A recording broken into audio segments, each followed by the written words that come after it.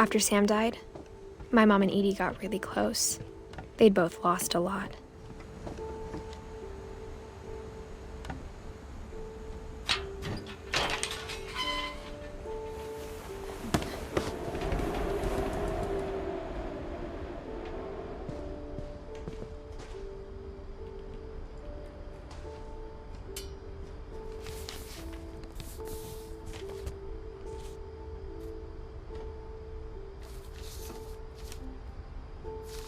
Dear Kay, do you remember the way Gregory used to laugh when he thought he was alone?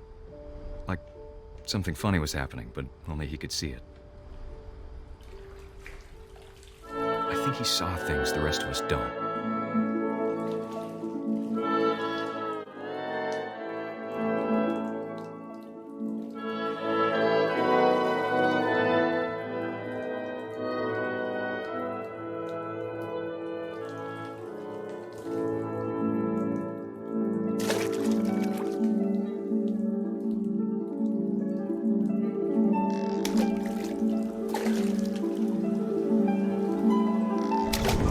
Over, Gregory. It's time to... Hold on, sweetie. Hello?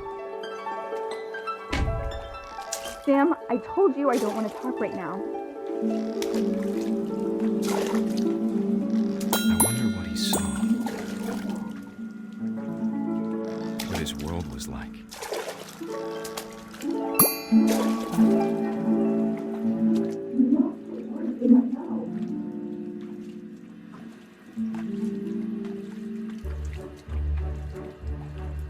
He reminded me so much of Calvin. Lost in his imagination.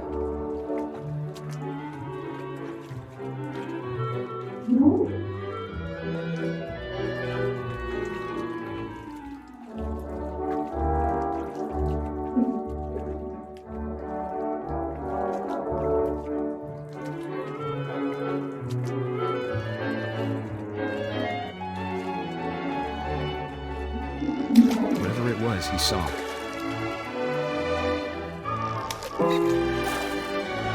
It sure made him happy.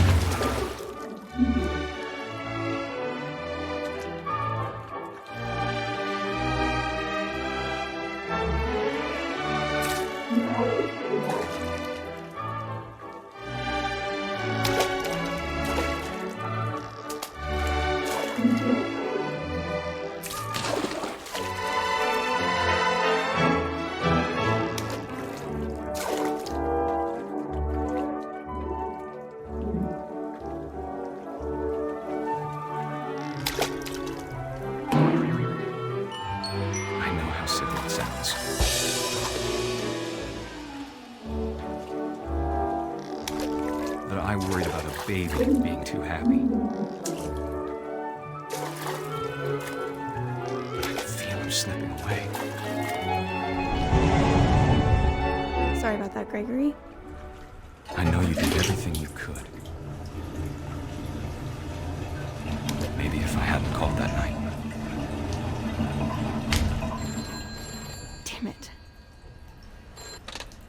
Hold on, I don't want Gregory to hear this.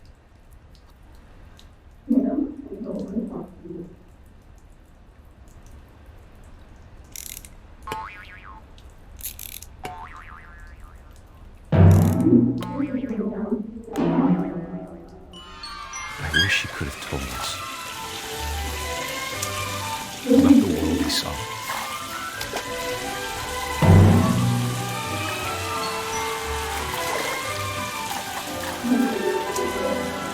There's so much I don't understand about Gregory, about everything.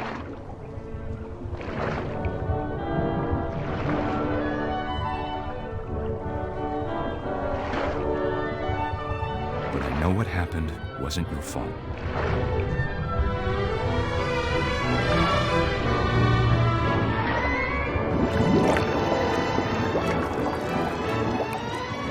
I'm sure he's happy.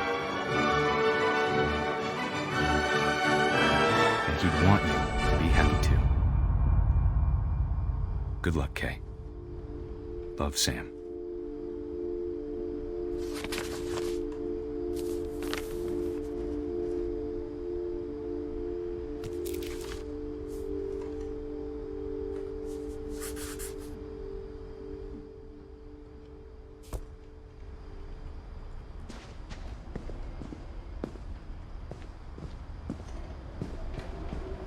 can't imagine my mom ever writing poetry, and yet...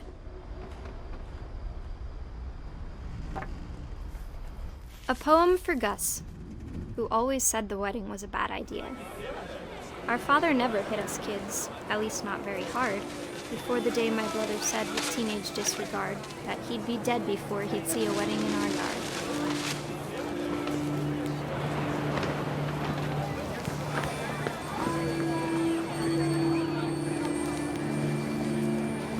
My father made him come, of course, but Gus stood far apart, just flew his kite and bottled up the storm inside his heart.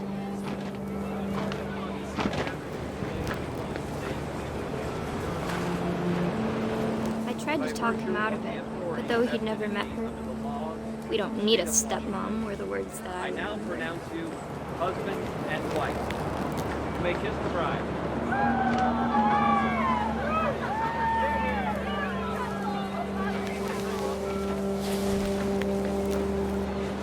When the time for photos came, Dad ordered him to Come here.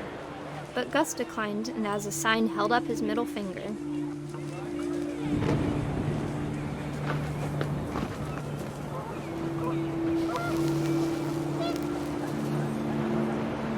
The wind picked up and panicked geese appeared and quickly went.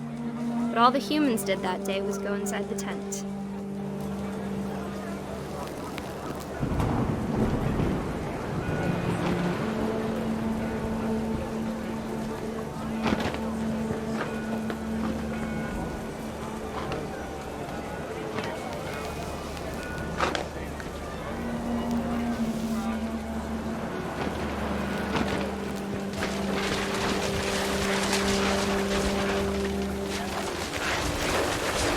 The rain came down in buckets then, but no one seemed afraid that nature might destroy the tent our dad had crudely made.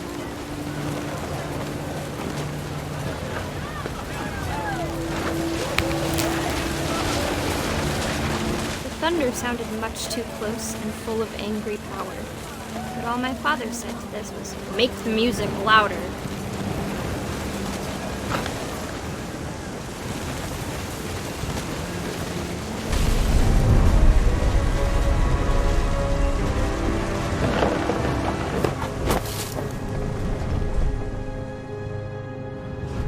I wish that I could truly say I thought about you on that day. Out there on the beach alone, just you, the wind, the sea, and foam. But I didn't, until we found you.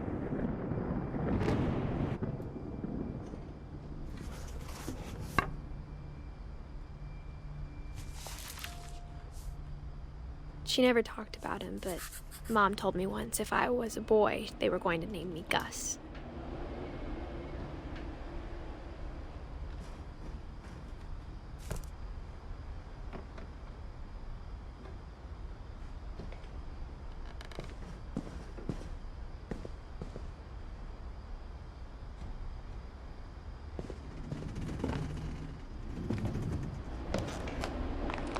My mom moved up to the loft after her brothers died. At the time, it was as far away as she could get.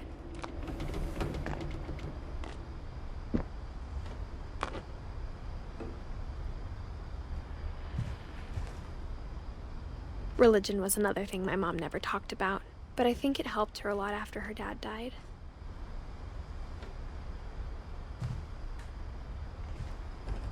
She spent a summer building houses in Calcutta, where she met my dad, Sanjay.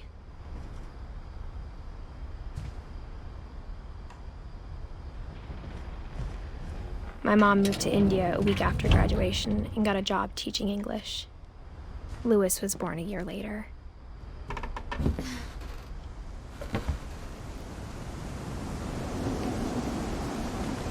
When my dad died, I don't think Mom knew where else to go. I'm sure Edie was happy to have her back.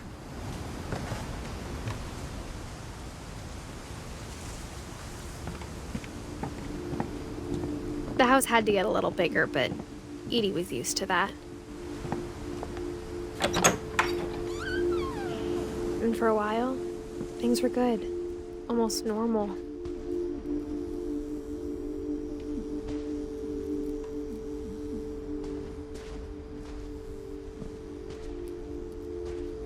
it didn't last.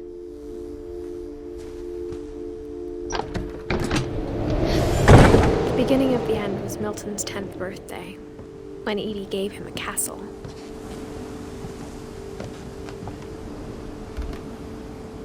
After Milton disappeared, the only thing he left behind was a room full of paintings.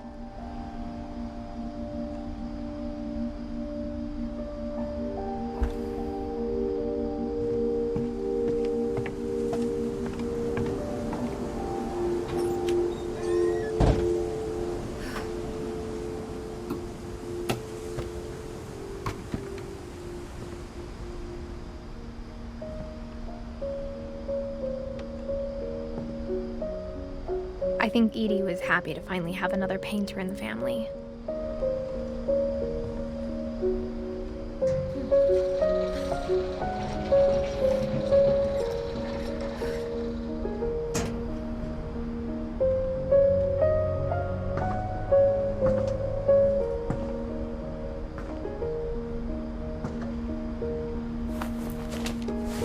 Milton Finch in The Magic Paintbrush.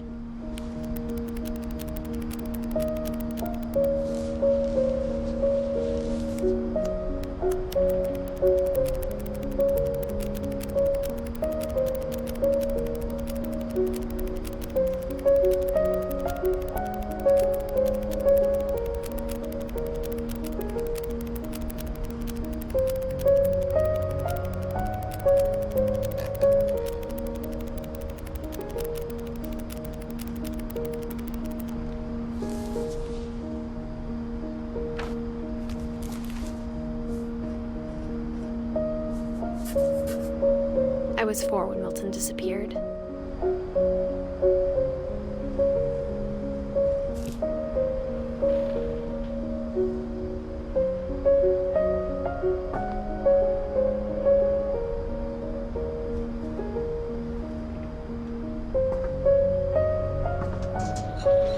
Mom spent months searching for my brother. Then she sealed the doors.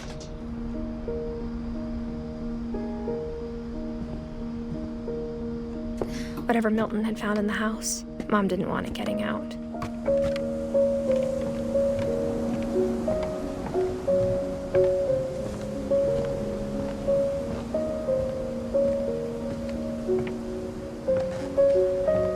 Mom definitely blamed Edie, but I think Lewis blamed himself. After he graduated, he just spent more and more time in his room, until Mom got him a job at the cannery. Everyone always told me to stay out of Lewis's room, except Lewis.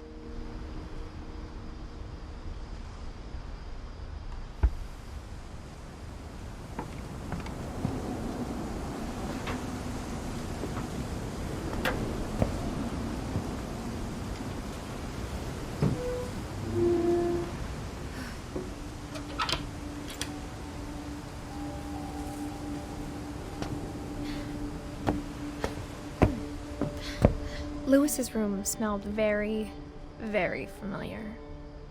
That part of him lived on.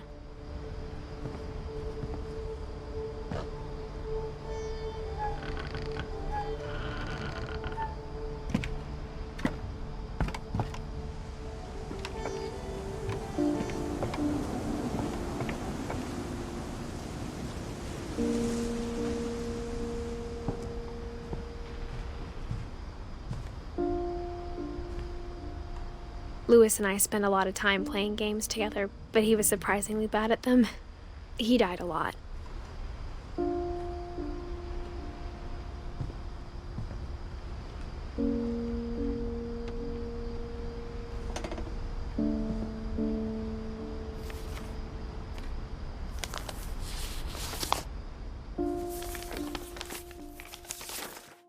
Dear Mrs. Finch, as Lewis's psychiatrist, I can understand your desire for an explanation. As I see it, the trouble began in January, shortly after we convinced your son to seek treatment for substance abuse. Newly sober, I believe Lewis first noticed the monotony of his daily life.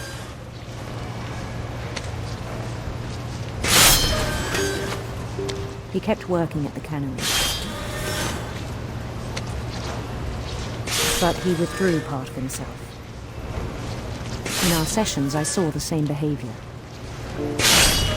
His mind began to wander. I asked him to describe it. He said he started small, imagining a labyrinth. He'd feel his way about. Then something moved. Bats. And toads.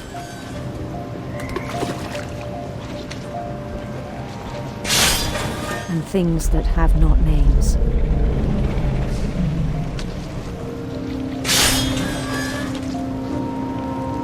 He knew it was all in his head.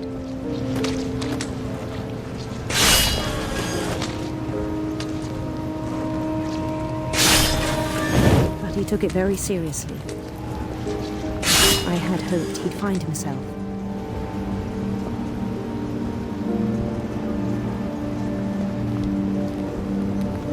But he found something more. I worried about him then. Daydreaming at the cannery. I spoke with his boss. But he said Lewis had become a model employee. Methodical, tireless, focused. Like a whole new Lewis. So I let him go on.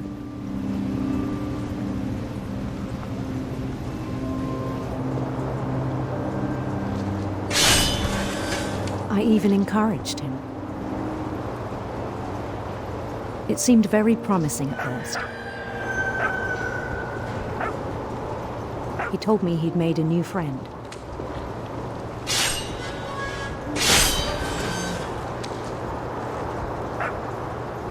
On the edge of a city he named Lewis Topia.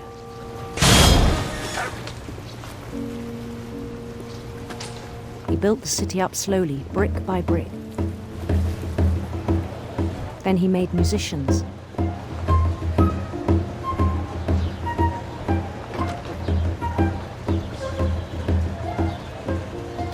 And songs for them to play. He talked about starting a band. And he was always humming something. Every day his imagination grew stronger.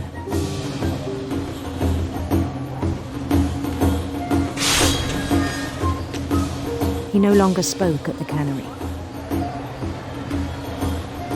But his chopping was as reliable as ever. And one day it struck him that all the cheering crowds, even the stones under his feet, were all in his imagination. So he could do whatever he wished.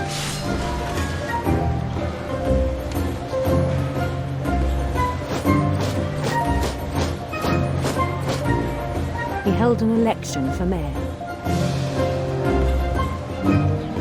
And he won. They begged him to stay, but his mind was already wandering. It became a game for him.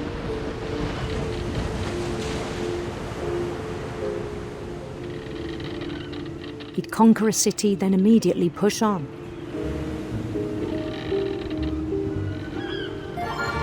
New Louisville. St. Louis. He started drifting away from our reality.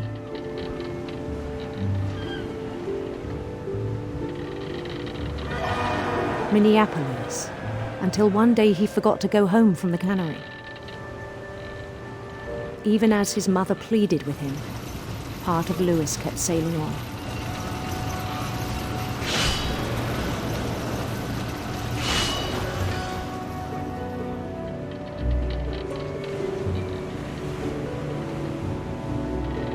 In Lewisburg, he heard rumors of a handsome queen,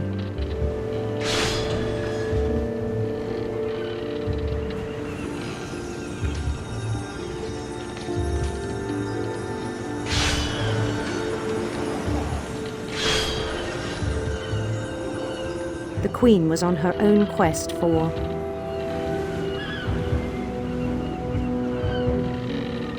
sinister serpents.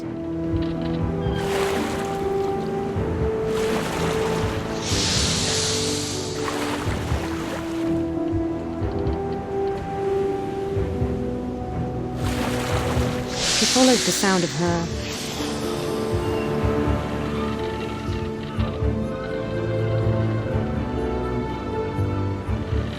silver harp.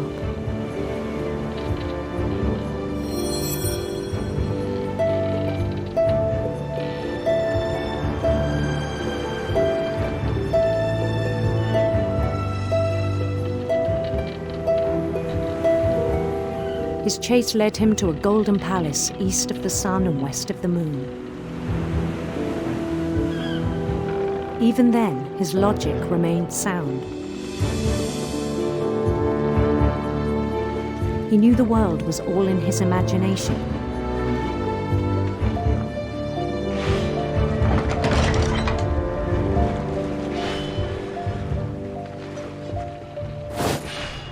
But he was so proud of having created it.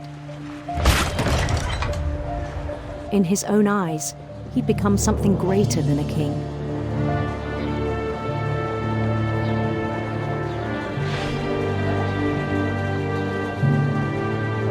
For someone who'd never known success in the real world, I think it was overwhelming. And then it struck him that the real Lewis was not the one chopping salmon, but the one climbing the steps of a golden palace.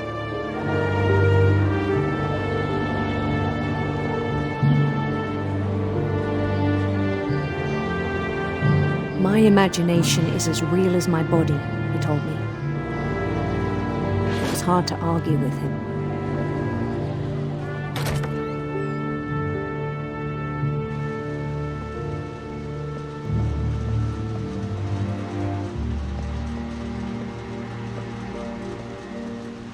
He began to forget the world we know.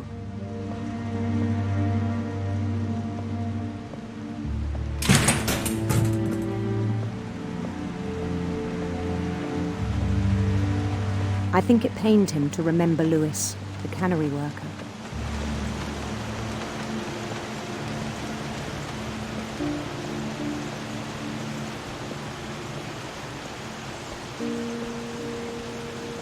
He began to despise the man with a royal contempt.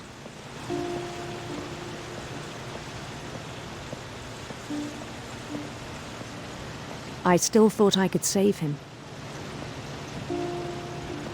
Even after he said he was being crowned king over all the lands of wonder. The palace would be packed with his companions.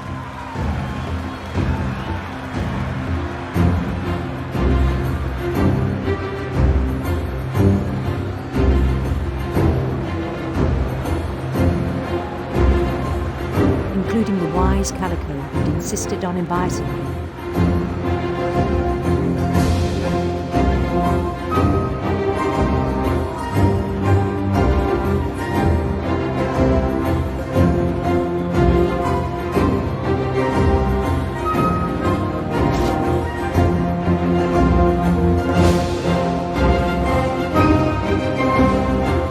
Queen waited, holding his crown.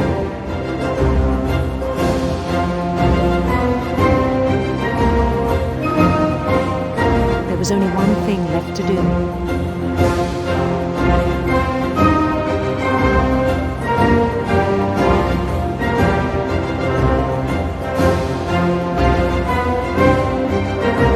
Bend down his head.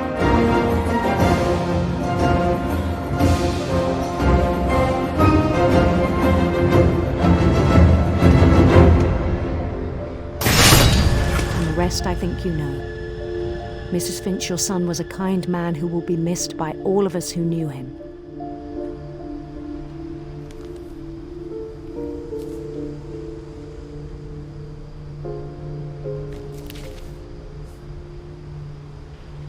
My brother was really cool. I wish you could have met him.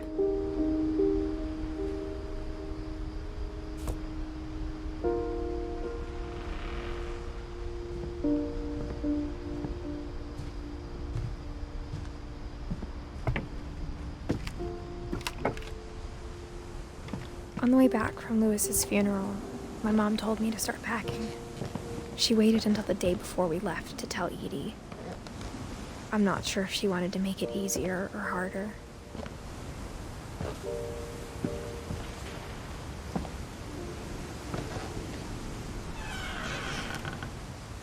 I wish we'd stayed. But I understand why we left. My mom ended up leaving everything behind.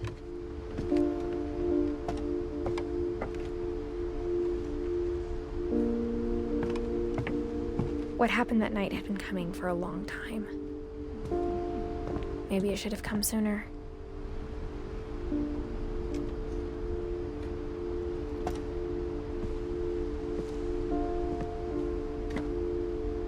But it had to end one way or another. All that's left now is to tell you about that last night.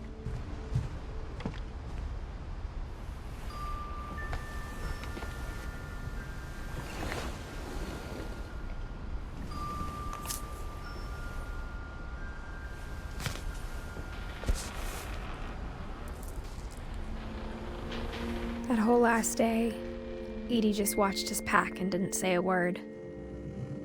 Until supper, when she raised her glass and said, "To our final night together, and all our final nights apart." Grandma, you know what I said about alcohol. Some of your medications are very Edith, specific. I left a present for you in the hallway. Why don't you go open it? The grown-ups have to argue now. I'm sorry, you're right.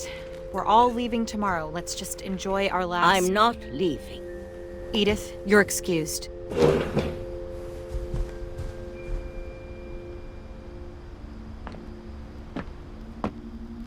The power had been shut off that morning, but Edie always had plenty of candles.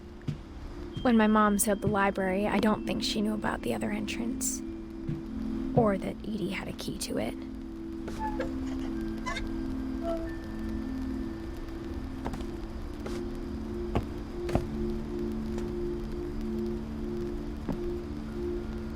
That thing you're afraid of isn't going to end when you leave the house.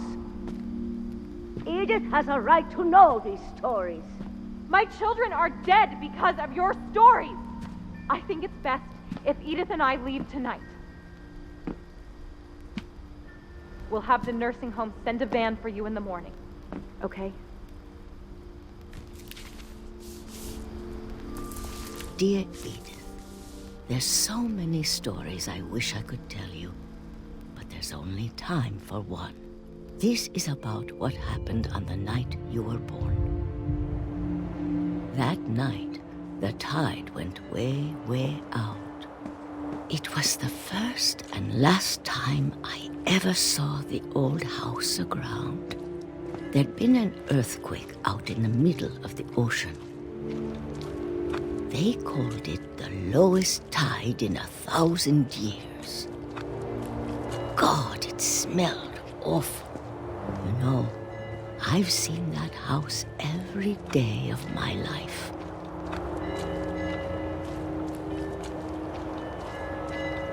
But I never thought I'd go back to it. When the fog rolled in, I lost my way.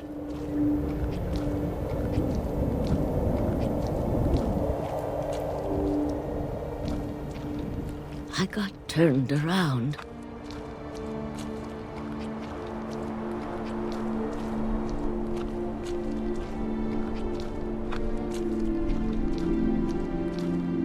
For a while, I wandered. I started seeing things.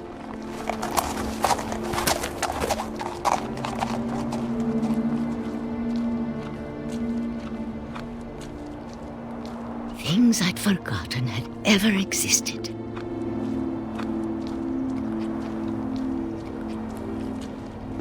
But when I saw them, they felt like old friends. That night, a lot of things came back to me. Or maybe I came back to them.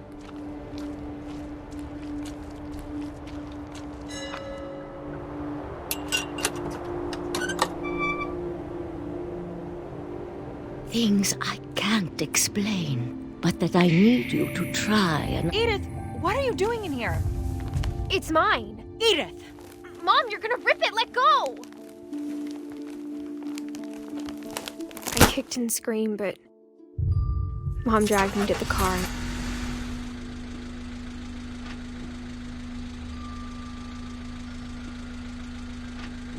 I never saw Great-Grandma Edie again. The next morning, the band came to pick her up, but she was already gone. After that, we moved around a lot.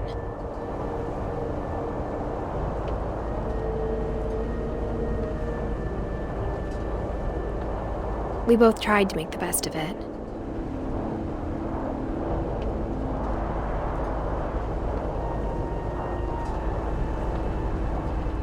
A few years went by.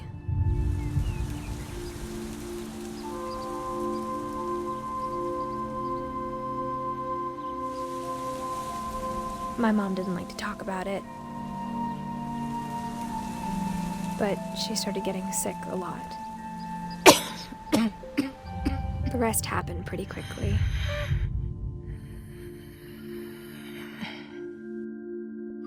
She got better for a while,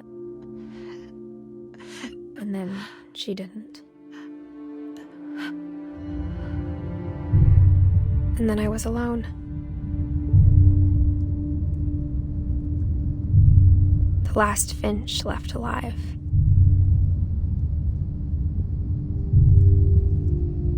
Until I found out about you. I'm still not sure what to tell you about all this.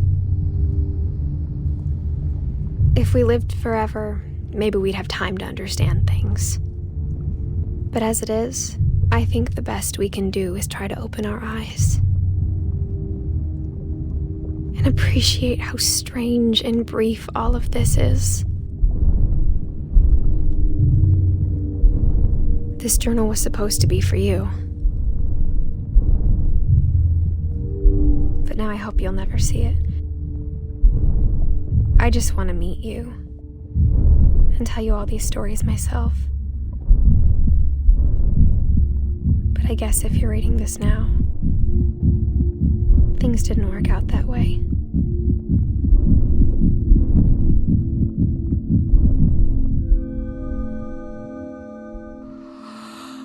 This is where your story begins. I'm sorry I won't be there to see it. It's a lot to ask, but I don't want you to be sad that I'm gone. I want you to be amazed that any of us ever had a chance to be here at all. Good luck.